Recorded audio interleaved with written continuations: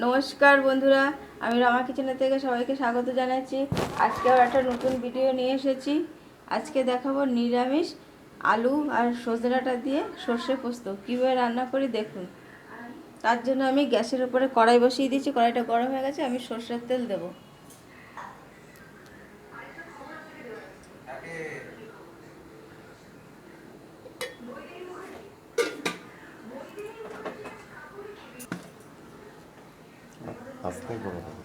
বন্ধুরা, আমার কড়াইটা গরম হয়েছে, এতে আমি জিরে ফোড়ন দিলাম।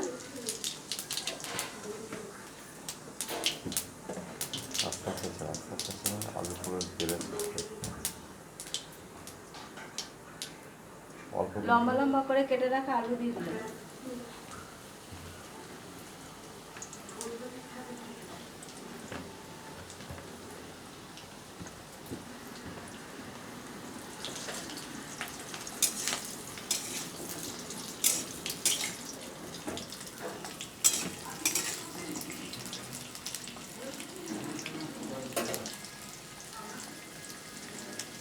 আলুটা যাতে তাড়াতাড়ি ভাজা যায় যেন পরিমাণ মতো লবণ দিয়ে দিলাম।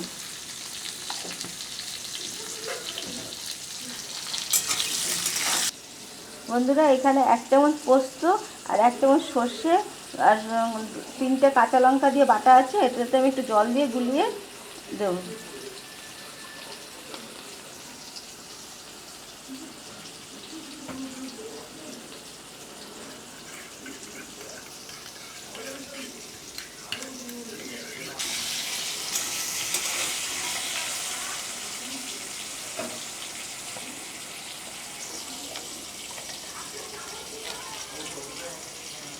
এতে পরিমাণ মতো হলুদ গুঁড়ো দিয়ে দিলাম।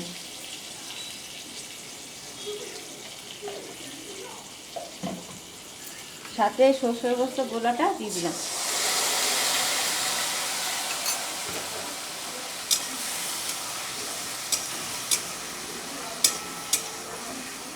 আর এখানে সজনে ডাঁটা কাটা আছে, সেগুলো দিয়ে দিলাম।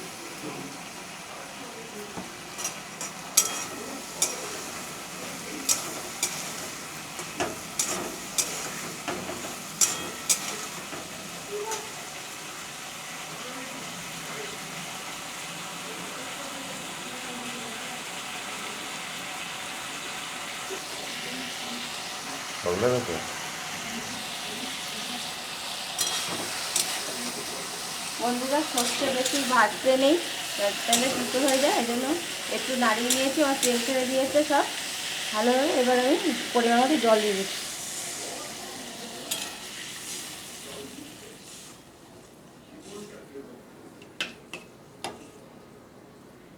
এবার আমি ঢাকা দিয়ে এটাকে সিদ্ধ হতে দেবো।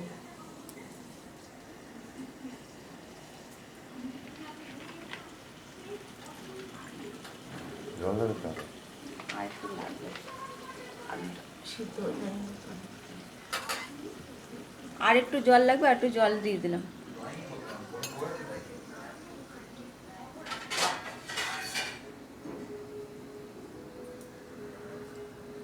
এবার আমি এটা ঢাকা দিয়ে সিদ্ধ হতে দেবো।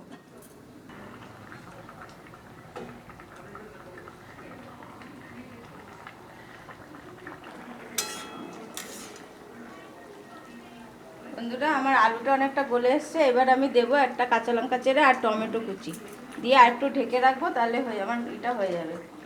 আর একটু স্বাদ করা ইসের জন্য আমি একটু চিনি দিয়ে দিলাম।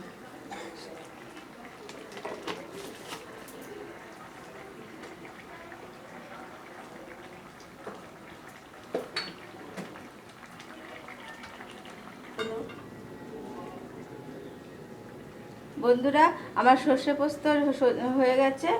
আলু আর সজনেটার যে সর্ষে এইতে তরকারিটা হয়ে গেছে। আমি এতে নামানোর আগে সর্ষের তেল দিয়ে দিলাম।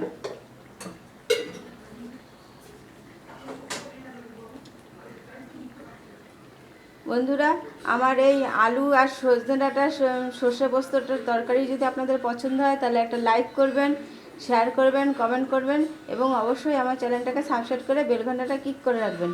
যেসব বন্ধুরা আমার চ্যানেলটাকে সাবস্ক্রাইব করে রেখেছেন তাদের অজস্র ধন্যবাদ। আর যেসব বন্ধুরা এখনও আমার চ্যানেলটাকে সাবস্ক্রাইব করেনি তাদের বিশেষ অনুরোধ, আমার চ্যানেলটাকে সাবস্ক্রাইব করে বেলঘানাটা ক্লিক করে রাখুন, যাতে আমার প্রথম ভিডিওগুলো আপনাদের কাছে সরাসরি চলে যায়। এবার আমি এটাকে নামিয়ে নিচ্ছি। বন্ধুরা, আমার আলু আর সজনাটার সর্ষে পোস্তটা হয়ে গেছে, আমি নামিয়ে নিয়েছি। দেখুন, এইভাবে আমি যেভাবে রান্না করলে একবার খেয়ে দেখুন করে কেমন লাগে। যদি ভালো লাগে তাই আবার বলছি, লাইক করবেন, শেয়ার করবেন, কমেন্ট করবেন, অবশ্যই আমার চ্যানেলটাকে সাবস্ক্রাইব করে রাখবেন। নমস্কার।